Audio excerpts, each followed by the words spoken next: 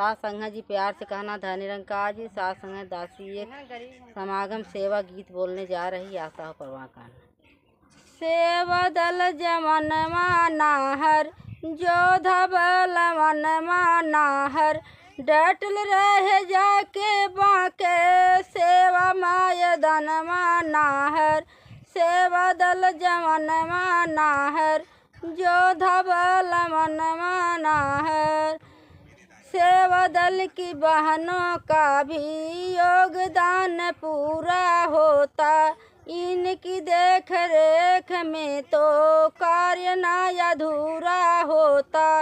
रखती है सजा के बहने घर आंगन मानाहर सेवा दल जवन मानाहर जोधा बल मन मानाहर डटल रहे जाके बाके सेवा माय दन मानाहर डटल रहे जाके बाके सेवा माय दन मानाहर शक्ति की स्वरूपा बहने काम से ये थकती नाही।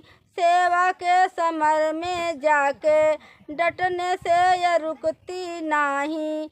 गुरु का आदेश आता करती ना बहनवा नाहर गुरु का आदेश आता करती ना बहनवा नाहर सेवा दल जवनवा नाहर जोधा बल वन मानाहर डटल रहे जाके बाके सेवा माय दनवा नाहर सेवा दल जमन मानाहर सेवा दल की बहने धन हो सेवा दल के भाई धन हो सलाम करते मूर्ति पावन अपना सर झुकाई धन हो तोहरा ऊपर नाज करता गुरुमत का तोहरा ऊपर नाज करता गुरुमत का मिशन मानाहर सेवा दल जवन मानाहर जोधा बल वन मानाहर